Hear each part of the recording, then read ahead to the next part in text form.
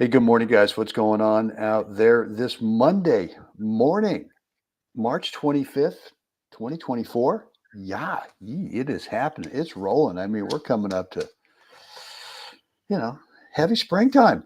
Yeah. So, yeah, hope you guys had a good weekend.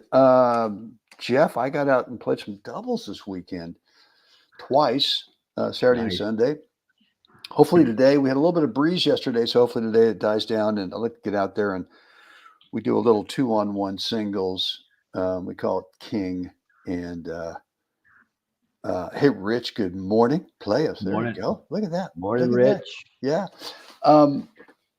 So that'll be fun. Want to get some exercise today. Doubles is great, but a steady diet of it, I get a little lazy.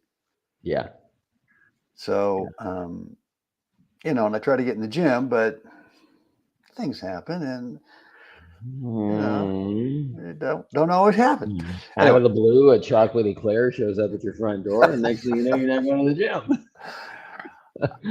gym. Or a planned chocolate eclair shows up. Yeah. I don't know. Anyway, all good stuff. Guys, hope you had a great weekend as well. Today on tap, we're going to look at 4 topspin forehands from the great Glenn Busby. And here it is right here. And I'm sure you love this setup position right here. Love it. Yeah. I mean, just like it's loaded up with disguise. But he doesn't care, I don't think, if the guy knows where it's going. He's probably at this point going, hey, here's where I'm going. Yeah. And it's just loaded up to be big. That's just the do as you wish position. Wow. No, and it's got a lot of your elements that we looked at the other day, last Friday, number 400, which is, he's got the weight on that right leg. He's got the left arm parallel, the non-dominant arm parallel to the baseline. And but what I want to talk about today is, rather than using the hypey word heavy topspin, I do want to kind of dig a little bit, Jeff, into what I think is kind of a common swing tech here for a higher quality spin. And I just think that I think we can all kind of make the ball spin upwards. But I just think that there's a way to get, God, the word heavier keeps coming. Don't let me say that word, all right? Don't let me say that word, because it just so overused. It's just so hypey. It's so wrong. But a higher quality upspin. Yeah. And I think we can learn how to do that without risking the ball sailing or risking it to where it just falls off the racket because we're into the wiper swing path. Right. And let's just say increased rotation. Okay. All right. Okay. All right. All right. Oh, hey, and by the way, I think I wrote it down yesterday at the end when we stopped recording. I didn't. I can't find it. What was it you said about spin or something about, just put some serious stink on that. What was it you said? Yeah, I think so. Something about, I don't even remember. Who knows what comes out of this melon? At any given time. No. But you got to keep it on a leash. Often those things need to be captured or written down or something, because it's like it's pretty darn descriptive and very non-tennis heavy topspin terms. All right, let's get to it. God dang it. Make me stop. So here we are. We got the great Glenn Busby, and I was just talking to Jeff about Glenn when I saw him. Let me do this first. I want to get the volume down on the video a little bit. I just saw Glenn last October play Mark Vines in Mallorca on the clay, on the red clay. And it was, we love Mark, and look, it was just a serious beatdown. And there's a big difference with what Glenn Busby does. And it's mostly about a really, really high quality spin rate. There it is, right there. Love that. Yeah. I mean, I just love where he is in the court. He's not settling back behind the baseline. This thing would bounce up. You know, if he was back behind the baseline, it would eventually get to him. Yeah. But he's just, as you like to say, he's kind of shortening the distance from where he is to where he wants to play the shot. Yeah. And so I call it flight time on the ball. You know, Yeah. he's reduced the flight time on the ball. Not only ball coming to him, but the flight time because he's taken, 4 to 6 feet of court away from his opponent on his side on Glenn's side of the court. He's taken 6 feet of flight time off the ball. Yeah. Because he's not standing back behind the baseline. He actually moved up. And this isn't, hit it on the rise. Nothing to do with that. It's just, I'm going to move up here and take the ball as it passes through my favorite spot. And then I'm going to, again, that takes away time from the opponent without having to hit the ball harder. You're just taking real estate away. Could he play a drop shot from right here? Yeah. Oh, even with that setup, I think there's a possibility he could play a drop shot. I'm going to say absolutely yes. Okay. Could he just come around the right side corner of the ball and upspin the living crap out of it cross court? Yeah. Easy. Okay. All right. Could he get really under the ball here and play kind of a high, nasty, big, hey, how about a term for a topspin forehand? A kick topspin forehand. Kicker forehand. Yeah, a kicker forehand that would get up right down the middle. Right down the middle. Yep. Could he do that? Okay. Yeah. Could he ding it to the ad court? Go behind him. Okay. Could he play a slice forehand? Could he kind of at some point the last second kind of drop it down and just play an underspin forehand? Yeah. He could hit and it's just because I can hit it, and so it's a natural hit for me from that position right there. He could hit cut, slight carve forehand into the backhand side, into the ad side.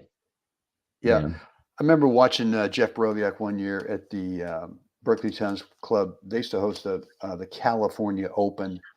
He was playing Matt Wildridge in the finals. Matt was having a hell of a year. He was beating everybody. And the same kind of thing with oh my God, Matt Wildridge is just like a little lefty god out here, or a tall lefty god actually. And here comes Jeff Broviak, who's, at the end of his career. And you talk about a guy who it just sliced and diced, took balls early, could walk on the top of a like the right side fence over here on this thing. He could get up there and walk on it and just, crazy. But he, like in this situation here, he might even play a little cut underspin approach. Yep. And then he's just up there and he's just he's got that big, what was he, 6'3", 6'2", 6'3". Yeah, he's got a wingspan. And he just smoothed it. He just smoothed the thing don't you have any kind of effort? Right. No. Okay. Anyway, so that's a possibility. You could play a little short approach from here as well. So all that said, what do you think is the right shot? So why don't we get into it? And I think I eliminated this is actually the second serve. I think what I want to look at, Jeff, here is the common theme between these four topspin forehands. I think, which I think helps with that, as you say, the higher quality. Went behind him. Oh gosh. I want you to look at his, we've talked about this, kind of initiating the swing from your racket shoulder.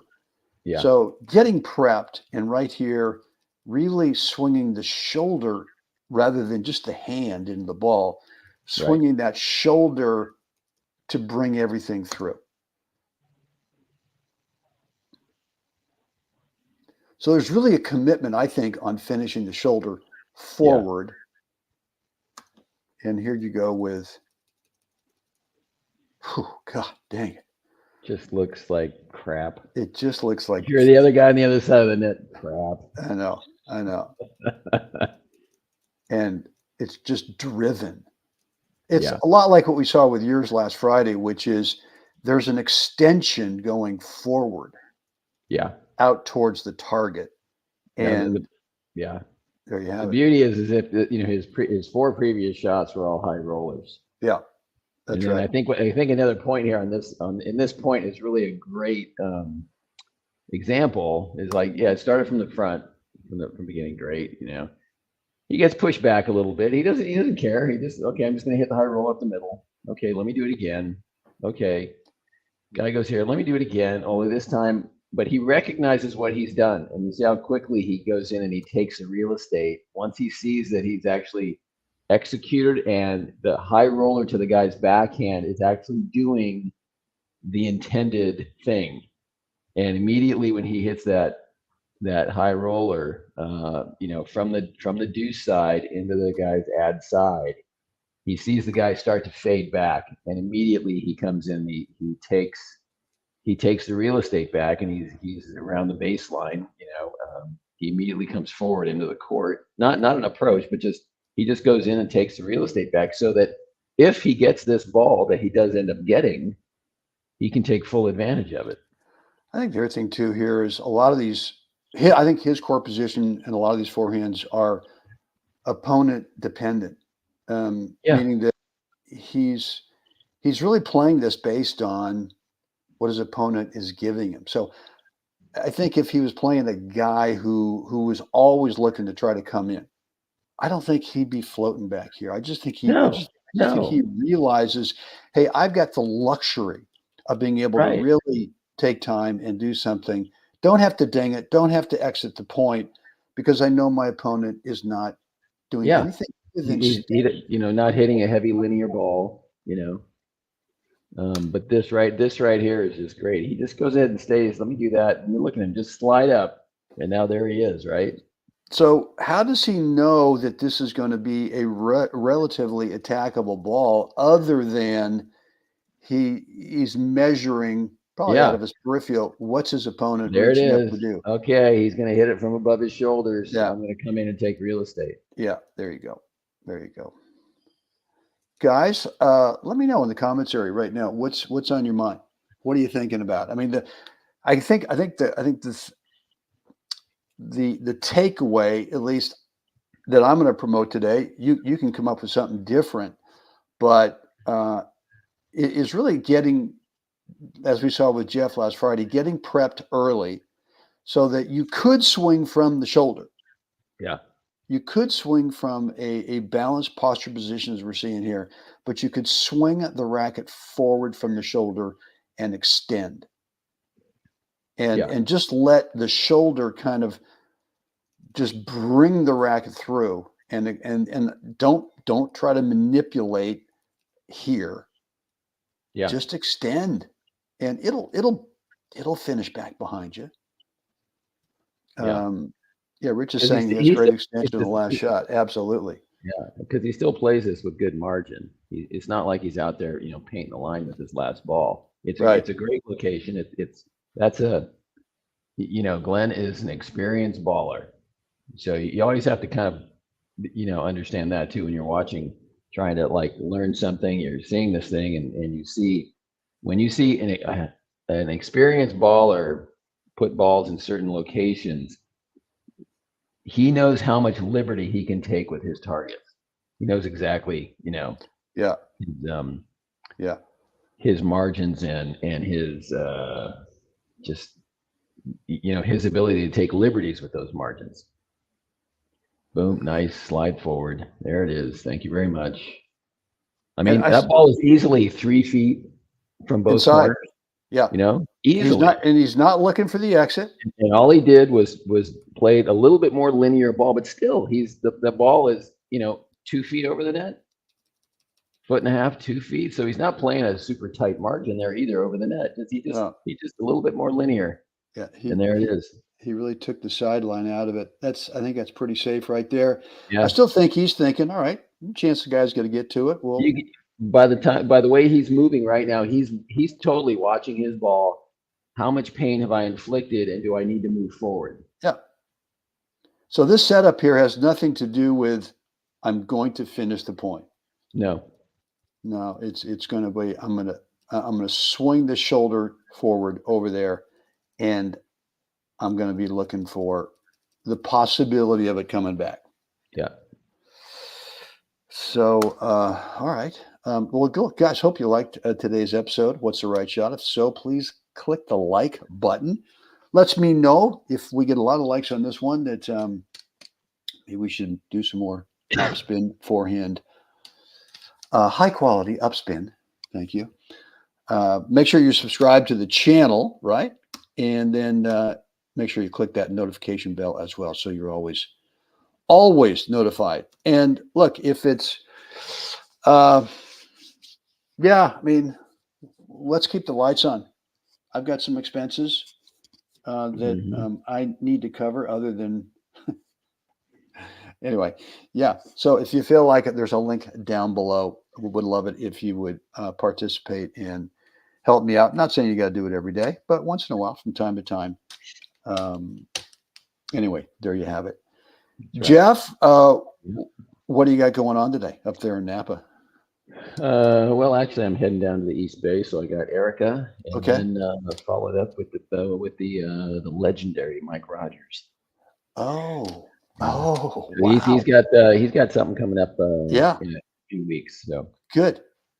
Yeah. Good. Where do you see him? Down in San Ramon. Yeah. He has court at his development. Yeah. Right. No, it's cool. That's great. That's good. That'll be fun. We'll tell him hi, and maybe tell him to take some video. Yeah. Of the session, and would love to know what you guys work on and all that. So yeah. All right, guys. Well, look, hope this has been helpful today. It's Monday. Let's get out there. Let's have a great week on the court. Let's have equally a great week in the gym as well. Make sure you're having a great week in the kitchen. Not messing that up, because Jeff, fitness is part of the deal of becoming a little bit better player. It's all of it. You can't leave anything that's controllable on the table. Yeah. Anything that's controllable in your purview. What else can I tweak, adjust, add, subtract? It's all on the table, because it all makes a difference. Yeah. Good. Hey, Marty, I don't see the link down. Don Dinars. How about to donate? No, I appreciate that. There should be a link in the description area. If not, I'll update that to make sure that there is. And there's certainly, if you're on my email list, when you get the emails, there should be a link there as well. Appreciate that, Marty. Mr. K-Swiss. Funny dude. Funny guy. A lot of fun. Guys, all right. Any comments, any questions, any remarks down below in the comments area? I'd love to read those and respond for sure. If you want to keep the conversation private, just shoot me an email, Brent@WebTennis.com. We can do that as well. Jeff is at Jeff@Jacklich365.com. And there you have it. So, guys, let's get out there. Let's help someone else have a great day. And gang, see you again next time.